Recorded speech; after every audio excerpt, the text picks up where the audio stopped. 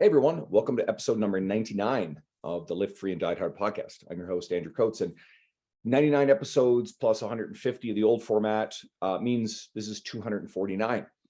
And I have a big announcement. So if you are on my social media, I've already announced this, but with some abrupt changes to my schedule and just some pivots, I am done at episode 100. I'm going to retire this podcast. It doesn't mean that I'm 100% like lifetime never going to come back to it. I will always give myself the opportunity to maybe down the road if I feel inspired. But it's done more for my career than I could possibly imagine. And I've already recorded episode 100. I brought back my old co-host, Dean Guido. So we dive really hard into the legacy of kind of what the podcast has meant for us. So you'll get it within probably a few days. So I hope you enjoy it. I'd love to hear from you guys. And it was rather fortuitous that I'd already scheduled today's guest because Cody McBroom is himself a longtime podcaster. And there's actually a number of parallels with our careers. So I felt like this would be a really cool place to kind of leave off as well. So Cody has his longtime podcast, the Tailored Life podcast. That's also the name of his nutrition coaching business, which he owns. And honestly, you've just been doing this a really long time. We've probably been in the industry a very similar amount of time. We both spent roughly about 6 years at a facility, and then we started our own businesses right around the same time. So it's an honor to have you on, brother. Thank you, man. Yeah, it is.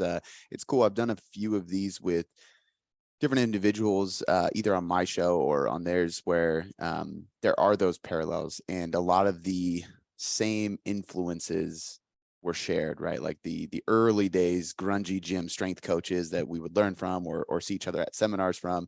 And it's cool to come back, connect, and realize that we've both grown separate companies, and then we can look back and be like, man, it's been a similar but really cool journey. And it just goes to show that hard work and patience really is the key to all this. Yeah, we could end off there. That's literally the message. And we met in 2017. We both attended Luca Hocevar's Vigor Ground Fitness and Business Summit, where you actually worked for a really long time. And Vigor is one of my favorite places. And I always go back to Luca's events whenever I can. I was there in 2021 and honestly loved it. And I know he wasn't able to pull it off this year. He did a smaller one in Slovenia, but I'm hoping that he'll reboot it next year. I'll be there. And really quickly as well, because you guys will get this. I got a couple speaking things coming up. So if you're in the Manhattan area, I'm actually speaking at Kenny Santucci's Strong New York. It's going to be at Chelsea Piers Fitness. Luca's also a speaker there. There's a really cool lineup. And so if you're around, you want to come and hang out there, please come and attend that. And then I've got a few more things. I'm doing the NSCA regional, Rocky Mountain Regional Clinic. That is December 10th, and it's going to be in Arizona. They're finalizing location. Watch my media for it.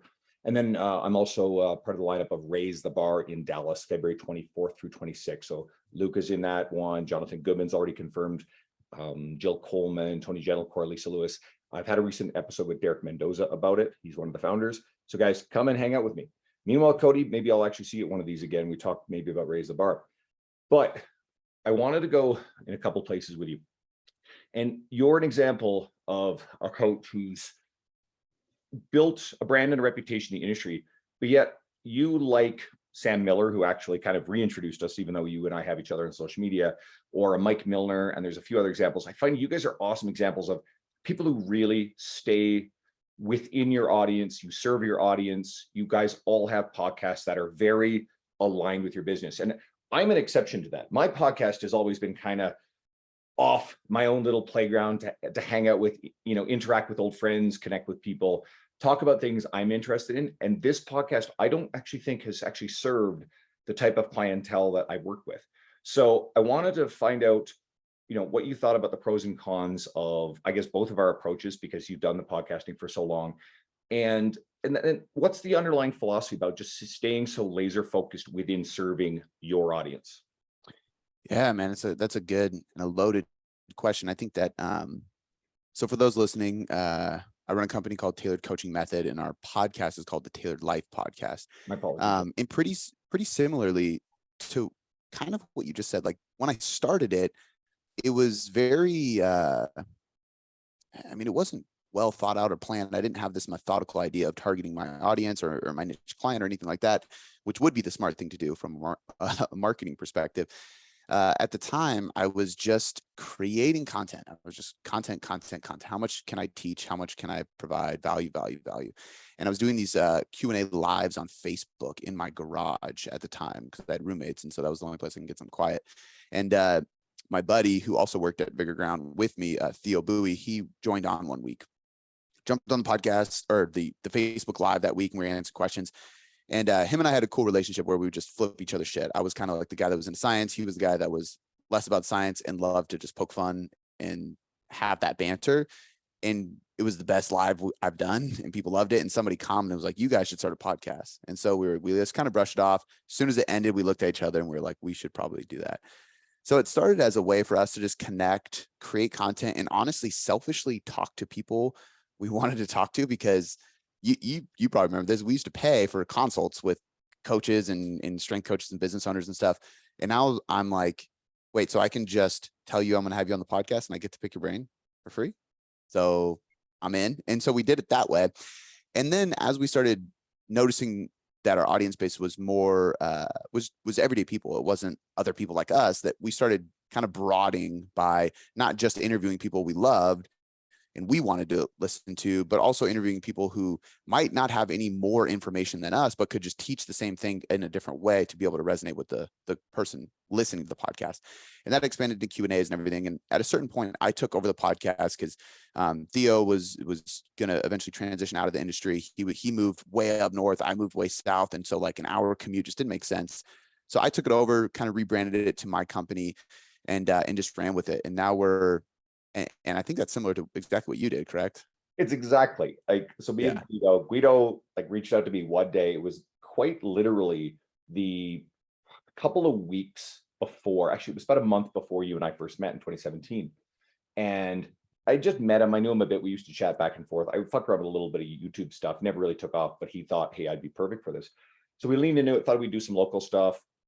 Within my travels, I met a lot of people. So I had Mike Isertel, Sohee Lee as two of my first guests in the first 10.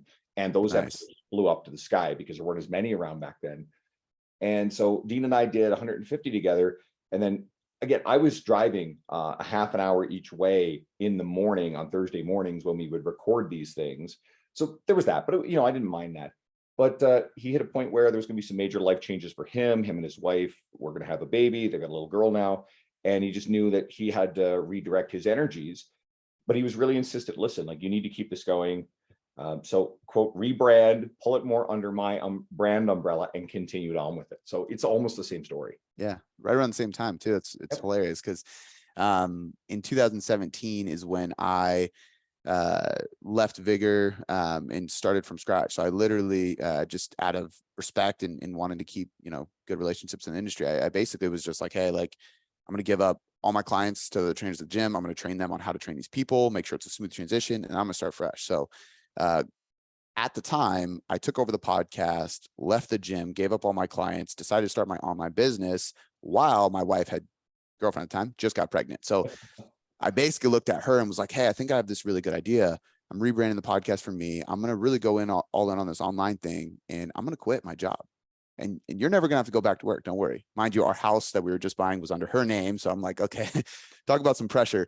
And she never went back to work. So it ended up working out. But I rebranded the podcast. And after a year of trying to kind of figure out my flow with it, I really got into my groove and started getting after it and doing it pretty methodically. And that's where we really started to take off. So now we're just over 800 episodes. I think we just passed 800 episodes. Over 3 million downloads. I mean, it's grown a ton. We've had some amazing guests. And it's been cool because our most popular episodes are the Q&As. And that's where I get to just sit there and just talk to the client. And I think that's kind of going back to the original question of like, how have I been able to really cater to the people who I serve? Q&As. I mean, I learned it from Gary Vee. I realized that like this guy would go book a keynote speaking gig at an event with thousands and thousands of people, and he would just answer questions. This guy didn't have a script. He would just go up there and just, who's got a question? You point in the crowd, somebody would ask a question. And I actually saw that and took that and was like, let's just do Q&As constantly. Let's find questions from our clients. Let's find questions from our listeners and our Instagram and all these things. And let's just talk directly to them, because what they want is their solutions, the solutions to their problems, right? And if they're my audience and they're my client and they're my niche, Well, then everybody who's not speaking up to ask those questions or who discovers me through my content is going to find me through the content of me solving those problems, right? So this goes back even to, I actually just did a presentation. We had a private seminar at my gym here just this last weekend, and I did my presentation was all about the unforgotten but the most beneficial aspect in business, I believe, from a marketing perspective, the most powerful tool, and that's SEO. We'll forget about this because Instagram is cool and TikTok is all the rave right now, and we use those tools. We need to use those tools. We'd be stupid not to. However, the one thing that never changes, the one thing that never dies, the one thing that doesn't have an algorithm that's going to shit on you is SEO. It's blogging, it's your website, and it's really important for trainers to be able to utilize that for people to find them that wouldn't otherwise find them because they're not an influencer. You know, you and I have a decent audience and we can leverage that, and we should, but there's a lot of people who can't and they don't have that. Also, I think that there's a powerful aspect of trust from a clientele when they see that you can create long form content, because it takes somebody who has knowledge and experience to be able to create long form content. So I've always looked at it that way. And basically what I've done is I've just mastered the art of Google and seeing what our clients are looking for through Google. Because for everybody listening, just to let you know, when somebody wants to learn how to reverse diet after a competition or after a fat loss phase or anything like that, they don't search the hashtag how to reverse diet. They go to Google and they search how to reverse diet. So I've just worked my ass off to create a lot of content online and really improve our SEO around the topics that matter most to those people. They find us through there or through the podcast, because there's some elements of SEO that transfer into the podcast. And I've just catered all of our content and the problems we're solving around those things for the people that really seek help from us. And it's allowed our podcast to generate a lot of our clientele, to be honest with you, in our member base, because I can't stress enough, if somebody, and this is the last thing I'll say about this, and I've really learned this over the years, and great, I post on Instagram every single day, so don't get me wrong, I still utilize it, but the thing that I've realized is if I write a 5,000 word blog showing my expertise on a topic, even if a Gen Pop individual goes and finds that blog and doesn't read the whole thing because it's maybe a little too many words, maybe they're just not into reading, it shows them that I know my shit. And most often I'm saying, hey, don't want to read this? Cool, I recorded a podcast on it too. Click here. And then they'll click there. They'll sit in their car on the way to work, there and back, an hour commute in a day, listening to my voice in their speakers educate them. There's nothing that builds trust like that. So we've been able to really just hone in on that. And I think the biggest barrier to overcome is knowing that you can't ever talk about the same handful of topics enough. Like, you can repetitively talk about the same things because it's the same problems that people face. And a calorie deficit's always going to work. So it's doing it. But you hit on several things that I'm a big believer in. So, you mentioned Gary Vee being an influence, and you are building what I like to call career capital. You're building authority, right? To establish authority in the industry.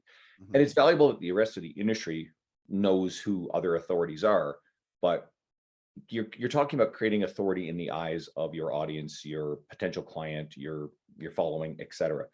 And again, you've got a very large library of articles. You're talking about SEO, but those articles are themselves, established capital, like you said, that shows people that you actually know what you're talking about. You got YouTube. YouTube is also, YouTube is an external platform. Technically, it's almost like a social media platform, sort of a different one, but it's also a search engine. It's one of the largest search engines out there. So just like people are typing into Google, they're typing these same things into YouTube. And oftentimes the YouTube videos are what's showing up in the Google search on certain topics. Because So Google owns YouTube now. YouTube. So it's all part of the same thing. So Mhm. you've done this stuff really well. And mentioned Gary Vee, another person in the industry I've had on a few times who preaches this stuff to the trainers he mentors is Jordan Syatt. And a lot of the people who are successful under his mentorship do what you do really well. I had Eric Roberts on a while back. And Eric's also blown up his social media because he did that with social media, but he's written a lot of articles. He's done the YouTube stuff. He's got the podcast. So he's another person who's followed that same model. And I think you've done a lot of the same things as the people coming to that funnel. I think you just figured out earlier without necessarily doing the same mentorship, because I think a lot of the stuff trickles down from Gary Vee's philosophies because Jordan Syatt trained Gary Vee, right? Mhm. So there's a lot of convergence there. And there's a lot of resistance to some of this stuff from coaches, but at the end of the day, this is I'll call it a fast track. And it's not fast, it takes a lot of work, but it's still a fast track to authority and credibility which then gives you the credibility to go up on the stage or in whatever format and do the Q&A thing. Because I think you do need to have that authority. People recognize that you know what you're talking about in order to be able to do that. I think you can start there for your audience, no matter how small that audience is, because you're still their go-to fitness person. And that's what I want trainers to do, is to establish yourself as the go-to fitness person and serve the people who are following you, even if that number right now is very, very small. You and I, we started with very small audiences. The clients in front of us are immediate social media network, and it grew and grew, right, over time to where we are now. So I'm kind of funny with my media, because in several ways, I've actually sort of defied some of this, because I do like, I write for some of the publications that I do, and I write a lot of training stuff. That stuff's fun. I like that. I'm kind of guilty of not writing a lot of training stuff for my website, because I would rather actually, send it out to even a larger audience for, say, T Nation or Muscle and Fitness. And then the podcast, of course, it's just always talk about the stuff that interests us, like you said. And it still creates a tremendous amount of authority. It's almost like a different road to one of the same outcomes. And it's led to, more recently, especially this last year and a bit, a lot of speaking engagements. And I think I had the luxury of very early on establishing a very big local social media and referral network profile. Like, just, I have a lot of different networks within Edmonton, right? It's a big city, but it's a small city. So I was always kind of as busy as I wanted to be based on referral business. So I had the luxury of having that sort of taken care of, so that I could play around with the other forms of media and do kind of what I wanted, which led to travel and relationships and all that sort of stuff, which has led to speaking engagements. And there's a lot of cool opportunities and relationships that have come out of that who knows where that could go. But I think for me is where, if your business is really taken care of, I don't think you ever stop working on and in your business. But if you also get to spend time on the things you find most interesting and most fulfilling, it can actually give you the energy to do the stuff that takes care of the livelihood. So there are some parallels, and then there's some sort of difference of paths, but I think it comes around to mostly the same things. Any additional thoughts on that? Yeah, no, I mean, yes and no, because I agree completely, and it's very aligned with how I've always thought. And I think that, when we talk about building authority, even, I think that number one, like, people have to realize when you Google search something, the level of authority that you subconsciously feel when you see the top results on Google versus finding somebody random on Instagram, there is a huge difference, right? And it's not easy. There's a method behind SEO and being able to do that. But once you can accomplish it and you can repeat those tools, it's not that the algorithm is going to change in a week and then it drops off. Like, it actually just, if you get yourself on page 7 and people keep reading, then you're on 6, then you're on 5, then you're 4. And we've been implementing things to just keep climbing up all these different topics, and I've been able to have a lot of people find us. Reverse dieting is one that we rank for really well. And I mean, you type in reverse diet case study, reverse diet transformation, reverse diet before and after, we're the first image every single time. And our client, the one client I wrote a case study article about that has really good SEO, is all over. And people see that and they're like, well, who is this chick? She's everywhere. And then they click through any of them and it's going to go to my blog. So there's authority there. And then there's also, I love what you said about authority with the clients you serve, because I think a lot of people, their biggest problem, and I'm guilty of this, we all are as trainers usually, you want to build authority with other trainers and it becomes a pissing match, right? And you're like, I want other trainers to notice me. I want other trainers to think I'm smart, and I want to sound so technical and scientific, and I'm 100% guilty of it. But then you get to this point where the people you actually serve, you're going over their heads and you're not targeting them. And on top of that, most of the trainers don't give a shit. They're not going to like your stuff anyway, because they're too busy building their businesses for their clientele if they're smart. So at a certain point, you learn how to build authority with the right people. And then you actually end up, and you don't do it for this reason, because you let go of your ego and you focus on building it for the right people, the people you serve. But at a certain point, you get recognized by other trainers because of that. And then you fulfill the egotistical thing that you wanted in the first place, because other trainers kind of give you the nod, like, damn, dude, I see what you're doing. Well done. Because they get it. You said the same thing. I was wondering if you were going to go there, because I was going to throw that in. And that's exactly how I look at it. It's, if you do such a great job of speaking the language of the end user, and you're so effective at being, just an educator for the end consumer, invariably you end up with the respect and visibility within the greater industry. I mean, who are great educators? Like, when you think of it, who are some great educators in our world for the end user? people who really speak to the general population well? I mean, you already named quite a few of them. I even think about like, and Jordan Syatt's a good friend of mine. I've picked his brain multiple times and he's on the same page. But like, if I read, just using him as example, if I read his content, I never read his content and go, God damn, you're smart. Or like from a nutritional science perspective, or that goes over my head, or you're saying exactly what I need for my problem or anything. I immediately go, I see. Like he gave me a piece of advice one time that hit really well. And this is a good example of it because I can see how well he's talking to his clients when I see his stuff. But he said for shareable content, and this is great advice for people who are content creators. It's like if we're trying to create content that's shareable or just gaining reach, not necessarily like deep dives into, and I do a blend of both. And I think that's important because once you capture somebody's attention, we do want to go deep enough to hit pain points and really tell them that we can help them. You know, it's a mini sales copy in a caption in a way. But he said, if you can create something that people see and say, fuck yeah, I told you so, then they will share it because they want everybody who follows them to feel the same way. And a good example of this is a really popular post I did. All it said is basically like, people who give you shit for eating healthy, like basically can go fuck themselves, because nobody thinks eating healthy is stupid or being lean is dumb. They just don't have what it takes to get it done, and they're insecure because you're taking action and they're not. And so many people shared it and messaged me and were so pumped because they wanted every person that gave them shit for ordering a salad at a restaurant to see their story and see that post and read that, and for them to just subconsciously be like, I told you so, you know. And that is where I'm speaking to them. I'm taking the words out of their mouth and out of their brain. I'm not teaching them any science about periodization or anything like that. I'm just saying, let me be your loudspeaker, because you don't have the authority to tell these people to fuck off when they give you shit for eating a salad. Right? Does that make sense? It does. And honestly, again, it's another perfect parallel. A conversation, an old episode with Jordan Syatt a few years back, was a major catalyst in me leaning harder into social media. I knew that with writing for T Nation and having the podcast and some of the other things that were going on, I needed to complement those things with a more visible social media presence. I didn't fully understand at the time just elements like there's this not tribe, but this attitude that, oh, you don't need, a large social media following. It's true. There's actually truth to it. But I also find that the people saying that tend to have large social media followings already. Yeah. They've established a lot of credibility.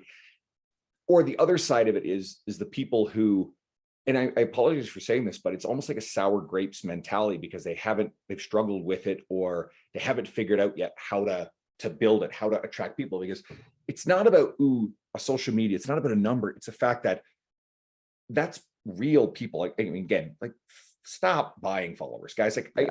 every once in a while I see someone I know, and all of a sudden they gain the same number of followers it took me a year and a half, and they've gained it in a month, and they're not doing anything weird or different, and they're not sharing stuff that I know is going to go viral, and they're not externally famous. It's not like all of a sudden they're training The Rock and he shared them on the social media for that to happen. It's like, I know you're buying followers. Yeah. Right? It's like, stop that. That's not going to help you in the long run. It's fake. But real followers are people that what are we talking about here? Influencing more people, potentially more clients, but getting a broader message out there and having a greater impact. Every trainer talks about wanting to have a greater impact, but then they go, well, you don't need a big social media following, or like, stupid influencers are sharing information and like, no one's listening to me, and I want those influencers to go away. Well, why don't you actually just beat them at their own game with all of the good information? Like, what did you do? Found every vehicle possible to get quality evidence-based information out in front of more people, right? And the social media following for you, I think, was probably not something you leaned into as much as it was concurrent because of all of the other points of credibility and authority you built, and over time more people found you, right? I leaned harder into social media by creating messages that would be resonant, the things that people go, fuck yeah, I agree with that, just like you said. And then they share it, and then it shares more and more and more.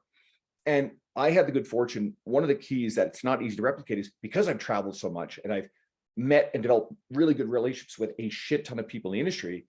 A lot of times those big accounts are following me and sharing my stuff. So it's actually accelerated the process where my social media grew faster than I think most people's did. So there's a whole bunch of key elements there, but there's really critical parallels. And again, like Jordan Syatt was one of the big influences. And I always point to people, listen, if you want to learn about how to to grow media and brand, Jordan still should be one of your primary resources. And he has 2 podcasts. He's got his mini podcast, which is a Q&A, which is one of the most popular podcasts out there. And he's got his business podcast with Mike Vacanti, and they got their business mentorship. And one final example about the guys is, I'm guessing you've read their book, Eat It, right? That is not a book for trainers. No. That is a book for the general population, the end user. It is one of the best written. In fact, I think it is the best written nutrition book on the market, because most of the mainstream nutrition stuff is pseudoscience. Like virtually everything out there is pseudoscience. And then you get a few books that are pretty good. Lean Muscle Diet, love that. Lou Schuler, Ellen Aragon, that's actually a really great book. But Eat It is the book for me to say to any client who's struggling with something, here, go read this. This is literally the book for you. Yeah, 100%. Even like the flexible dieting, Alan Aragon, it still is a more scientific approach than what they would take. And I think that's important because both are great. Love both of them. Had all of them on the podcast, outside of Mike, which I've hit him up multiple times and we've gone back and forth. He doesn't like doing them. He doesn't like doing them. But I do think it's a matter of they know how to speak the voice of the clientele. And that's really important, you know, and I've learned a lot from John Romanello on that over the years. And I've worked hand in hand with him multiple times, and he is really good at that. But understanding copywriting is important for people. And I think, you know, because for me, like my social media following isn't like overly massive, but I have a very loyal audience. And I think too, like that's a big key component to being able to sell your audience, right? Like having a big audience and having an audience that will buy your shit is 2 different things. But I also think that there's just different ways to go about it. Because if you look at, like, since I got Instagram to now, there has never been a viral post or any one thing that set me apart, or like a single month where, like, because even Jordan Side, he'll tell you, he's like, Gary Vee challenged me to post 2 or 3 times a day, and the infographic thing was big, and I just went ham on it, right? And so that's how he got his initial base and that momentum. There was never a period of time where I cracked the code of this, or I wasn't the first one to do the tweet post. I didn't spend a whole month doing any one thing. For me, it's exactly what you said. It's just that consistent and congruent message across my platforms. And if you look at people like I remember when John Meadows first got a Instagram back in the day, or when any well-known person first jumped on Instagram, it's like, boom, all of a sudden they have 50,000 followers overnight. Why is that? Well, it's because they're really well known from other things over the years. Yes. People were waiting for them to get an Instagram finally. And then when they did, they jumped on it. So for me, it's like I was writing blogs before that. I got an Instagram and started the podcast, pretty similar timeline. And I was doing interviews with people. I was going to seminars, doing workshops. I was meeting people, collaborating when I can. So it was just all these things I was doing, and I was repurposing content everywhere, that if somebody found me here, they ended up finding me here too. If I connected with this person, they shared my stuff. They, you know what I mean? I cross-pollinated audiences. And I think it's just that consistent momentum, you know, over time, just continually creating. And anybody who has followed me for a long time or knows me, they will consistently say that my message has never changed. My brand has never shifted. It's always been the same transparent, authentic message. And that's really, really important, I think, in this content. Like if we talk about organic content marketing, it's an umbrella of all these different things that help us grow and reach more people. That's one of the most important things, is knowing your voice, knowing your audience, and then having that consistency with that message over time. Yep. And if people would be patient and apply it, because I think what I did was super similar. And I like how you pointed out about John Meadows. There are industry leaders, there are authorities, and I'm going to sooner or later write an article that at least touches on this, or insert it into a presentation, because it's relevant. It's, for lack of a better way of saying it, it's an external fame outside of the social media platform. So even I used Eric Roberts as an example, and with Jordan has a lot of external fame in the industry because he's got a lot of credibility for a lot of different reasons. A lot of the people he's mentored. So when he got big on infographics, like he's told us his story where he told Carter Good to do it. And I met Carter a few months before I met you. And Carter was one of the first people to lean really hard into the infographics. So did Susan Niebergall, who is Jordan's partner in the inner circle, but one of his mentees. So did my buddy Chad Hargrove, who was part of that early mentorship.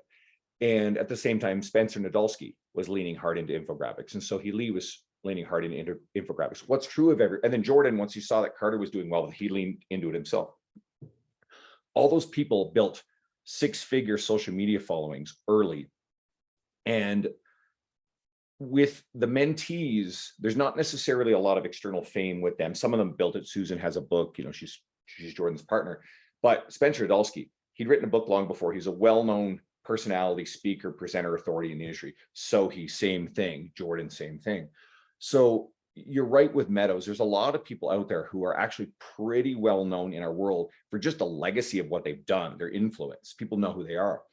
And then they have social media following simply because of that. An interesting effect, I've both Jonathan Goodman and Joel Jameson, pals of mine, they both came to me and wanted to talk about, what I had done with my social media, because they both hit a juncture where they're like, hey, I want to work on my social media and blow it up.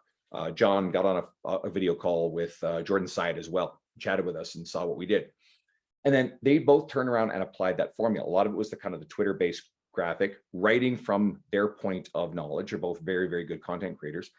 And what I explained that happened with the two of them, because very quickly their social media followings exploded. It's because they already had so much external authority and recognition that people all of a sudden were seeing their posts up in other people's stories going, shit, I know Joel Jameson is, fuck, why am I not following him? Shit, I know who John Goodman is. I read Ignite the Fire. I've read this book, that book, whatever. I've read the PGDC. I know who he is. So people are finding their stuff, but they got that extra reason to go, shit, I need to be following him. And with our media, I think when people find something that we share, I think what they're doing is they're looking and going, all right, well, is this person, and this is almost like a weird, but it's an honest way to actually like look at it. Is this person important enough for me to follow? People are looking for a reason to say it's cool to follow this person. That kind of sucks, but it's true. And then they look and they go, oh, okay, he's got a pot. Oh shit, he's got like tons of articles. He's a writer. Oh, he's got a successful YouTube. Oh shit, he writes for this publication. Cool. Okay, it's okay for me to click follow. And it accelerates the reach, the touch points. But then you have to go back and do what you said, and you have to create that audience with people, which I like putting this one out because Jordan's been a great example of everything we're talking about. Jordan started, I think, or he may have started the trend, or he certainly jumped on early, where he would embed the Twitter post within a selfie of him. Mm-hmm. And I noticed a lot of other people copying it. And I said, no, don't try to copy that. Because Jordan, by his own words, he's not trying to grow more followers with that. He's trying to be more visible and have more of a relationship. And people see him with the people that are already there. And it's a very smart move for someone who's already got the numbers. I think it's actually a great move regardless, but understand why you're doing it. And I'll be honest, it's something that I actually struggle with at times, and I need to do more of, is to be more visible and more present image-wise within my media, because oddly enough, I'm not someone who actually needs to be selfies in forefront of my media. I actually prefer my message to be the star of my media, or my clients like Larry. But I actually really do need to make sure that people are seeing more of me, when most of the time I'm just head first down in my business and I don't actually spend that much time on social media. Anyway, thoughts again on all this stuff, because I think this is one of the best discussions I've had in a long time. Yeah, I think that, and Jordan told me the exact same thing. And that's where I kind of realized, like, I tell people you have to have almost like a ratio of the type of posts and content you're doing based on what your outcome is. So if he's in a phase of getting the people who are already here to see what he offers and to use or hire his service or pay for his product, then he's going to focus more on depth, not as much on reach, and more on that personal connection, showing his face more, right? He told me specifically, I didn't want to be the infographic guy. People said, this is that infographic page. No, this isn't an infographic page. My name's Jordan, And so I've always leaned more so on that side. And my whole thing has been, creating a lot of clarity around what I actually am trying to build and what I want. And so because of that, I've always had far less of my content being reach specific. And I know, because one, I know the strategy, but I also know many people like you who have done this, and I can utilize the strategies to probably grow my social media faster if I wanted to. But we also have to understand, what is our outcome goal? Like, what is the end goal that we really want?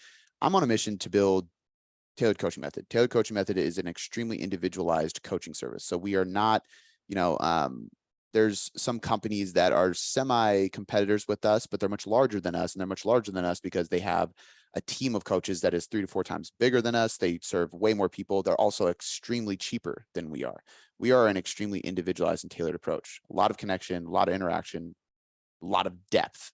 Because of that, my main focus is always how much value and depth can I create with the people who already here. You know, like Seth Godin said, like all you need is 1,000 fans, right? Because if you have 1,000 people who are raving fans, you win. Well, I don't even know what my followers are at right now, 30,000, 30 something thousand or whatever it is. I got plenty of people following me to make plenty of success with this business. We have 8 coaches. We're looking for a new intern soon to start going through the internship process. And then we have our chief science officer who does research stuff, our media guy. We have a pretty decent team, 11 or 12 of us, 12, 13 of us total, including me. But I can't have each coach working with 100 people because then they can't have a extremely tailored process. So that's where like I would rather have a very slow and steady growth. And in the ego side of me sometimes wants to say fuck it and just grow my social media because we all like the numbers, let's be honest. And I have friends that have done it and they grow faster and they surpass me. And part of me is like, oh, I should do it. And then I'm like, you know what? I'm staying true to my message. And I still want reach because I do want new people to discover me. But I prioritize depth because I know what my outcome goal is. My outcome goal is to build a company without running ads and things like that. I want to build an organic company, and I have done that. And I've supplied all my team with clients, and they're growing, and they're able to have these extremely in-depth coaching relationships with people, and we'll keep growing because we're doing it for that reason. So that's why sometimes I will give advice to people and they might not see me doing it. And the reason I do that is because I'm like, hey, like this post right here, I know it's not going to go viral. I know it's not going to get the most engagement of my shit. But I do know that this is going to hit home with some of these people who already follow me, and the people who read it, they're going to buy because I'm speaking directly to them. And that's when you can understand the difference in those types. And that's where, again, going back to when I look at another trainer who is doing one or the other, I don't look at their likes. I read the content and I can really respect the person because I know what they're doing. And I'm like, you're an extremely intelligent marketer and business owner because you know who you're writing for and why you're writing it this way. And I encourage people to look at more than just the likes, look at more than just the viral, because that's how you actually capture the people already following you. And even to that, like, I know what types of content, going back to that whole, like, fuck yeah, I told you so message. There's some times where I will get more shares by hundreds than I will likes, which is funny. You think people would like it and then share it, but they will share it because they don't want to click 2 buttons. Yeah. So they will click 1 button. So you can almost guarantee that if you got 500 people to share this on their story, that you can take at least 250 of those and add those to your likes, because at least half of those people didn't like it. They just wanted to click the 1 button instead of clicking at 1 and then another, because the mind is so lazy nowadays. But I would rather have people share my shit than like it, because if you shared it, I know you liked it. You fucking loved it, So there's different outcomes of every piece of content. And that goes for blogging too. Blogging is a very long-term ROI. I don't get this instant dopamine kick because 100 people like it as soon as I post it. And I'm like, oh, that feels good. I feel good because I just completed a 5,000 word article and I'm proud of it, And then when I Google search that topic next week and I see that I'm on the first or second page, I'm like, yes, like that worked. I'm hitting it, right? And then in 6 months, when people start applying because of that blog, I'm really pumped because that means in 2 years, they're still going to be applying from that same blog. Whereas on Instagram, that's not the case, and I think that's really important. And I use this, again, I've done this one at my gym was the second time, but I've been actually, funny enough, we just talked about Texas. It was in Austin, Texas. I got asked to come speak, and I spoke at a business coaching seminar event thing. And I talked on SEO. And I pulled this up as an example because we had multiple people saying, I've been Googling trying to figure out how to reverse diet, and you keep popping up. And when I went to Google Images, I was like, holy shit, here we are. Like, and that's really important, And so those sales are easier. Those clients are more committed. And the fact that they read this long article, learning about the process, I don't have to overly explain why we need to do this. And if any coach has coached people through reverse diet, that is the hardest part, is every week talking them off the ledge and reminding them, hey, we got to do this. This is part of the process. Trust the process. I don't have to, because they read that and they trust me before they even get with the coaching. And I will say this, it's impressive that you are owning that space, because you would traditionally think, who's the first name that comes up when you think of reverse dieting? Layne Norton. Layne Norton, right? And so if you're occupying shared space with Layne, and in some cases coming up first ahead of his stuff, then that says that you've really owned that space. So anybody listening, also pay attention to how Cody's very specific and locked in on certain things, right? You've really focused on SEO as a guiding star for how you built your business. And you're going to hear different things about SEO. Some people are going to say it's a waste or it's not important, but it's not about SEO. It's about the way that you explain your content creation strategy. You're not chasing SEO hacks. You're creating a legacy of great content that will perform well on SEO, regardless of how Google changes algorithms, right? And that's the underlying thing. And there's a big difference between, hiring an SEO expert. Don't do that. Like, most of those people don't know what the fuck they're doing. And they're going to be like stupid hacks that may temporarily bump you, but it probably will hurt you in the long run. No, actually understand fundamentally what in the big picture really and truly drives SEO authority, credibility in the industry space. I'm almost out of time. So again, Cody, this has been fun. Like, actually, this has been one of my favorite conversations. And I feel like it's actually like a full circle of a lot of the stuff that I figured out along the way, a lot of things I've learned, a lot of things that people like Jordan Syatt have shared and imparted on me. And it's a lot of the stuff we talked about is quite literally the blueprint from what took me from being the local trainer with a strong word of mouth referral network, mostly as busy as I wanted to be when we first met, to being able to do some stuff that I never imagined that I find personally fulfilling. And everybody's going to have different things that they're interested in. And I think, again, it's for some of the people listening, it's going to be grow the business, work on and in the business, focus time and energy on family, build a livelihood. And then for other people, I think there's a desire, and I fall into this camp where, yeah, I like the idea of, and again, you got to be careful. Yeah, sure, it can be ego driven. You can't let that get out of control. But for the broader recognition, being able to speak at industry conferences, go hang out with people, peers, friends, it's still fundamentally driven by doing all of the basics, serving the client in front of you best. And you just scale taking all that knowledge and wisdom you have, sharing it in evergreen formats like articles, like podcasts, like YouTube videos, and building it patiently over time, and then aligning your social media with it. And I think that's a great format for anybody who kind of aspires to, any aspect of the two directions that we converge in, but there's sort of a little bit of a differentiation sort of in the top end. But either way, I think most coaches probably want to be in one of those two places or a combination of both. So I will say this, people, please go follow Cody, watch what he does. It's not necessarily just about the individual message. It's just watch everything. Go look at the deeper resources, go listen to his podcast, go see how he does that. Go read some of the articles. Where does everybody find you on social media? Yeah, thank you for all that, man. That means a lot, really. And it has been cool circling back, and especially because when we met was the same time I started my individual business and journey and left the gym. So it's so parallel. But on Instagram, it's just Cody McBroom, one word, plain and simple. And then tailoredcoachingmethod.com is our website. And you can find links to everything there, the podcast, YouTube, blogs, coaching app, all that kind of stuff, where we've been featured on. So everything is there. And then again, Cody McBroom is the Instagram. Beautiful. And to everybody listening, thank you again. So obviously I do a final send off on the next episode, which is already pre-recorded, but I can't say enough again. Thank you for the people who've been legacy listeners, people who found me recently. And the cool thing is that there are 250 episodes with the industry's leadership all over them that you can go back and, I'm sure there's someone here listening who's literally listened to all of them. That's super cool. Thank you. Go back and listen to your favorite stuff, but also go and check out Cody's podcast and the podcasts of some of the other great people in the industry. There are so many of them out there now. But if you're someone who's more recent or hasn't listened to, many of them, well, shit, you have a giant library that is evergreen to go back and listen to. So work your way through them. I'm very proud of the overwhelming majority of the episodes. There are probably 2, 3, 4 episodes that I'm like, yeah, these weren't the best, but that's part of getting better at it. That's part of the experience too. You're not going to hit home runs every time. I'd love to hear from you on Instagram. I want to chat. I want to stay connected. Please follow me there at Andrew Coates Fitness. And again, thank you so much, Cody. It's been a pleasure. Likewise.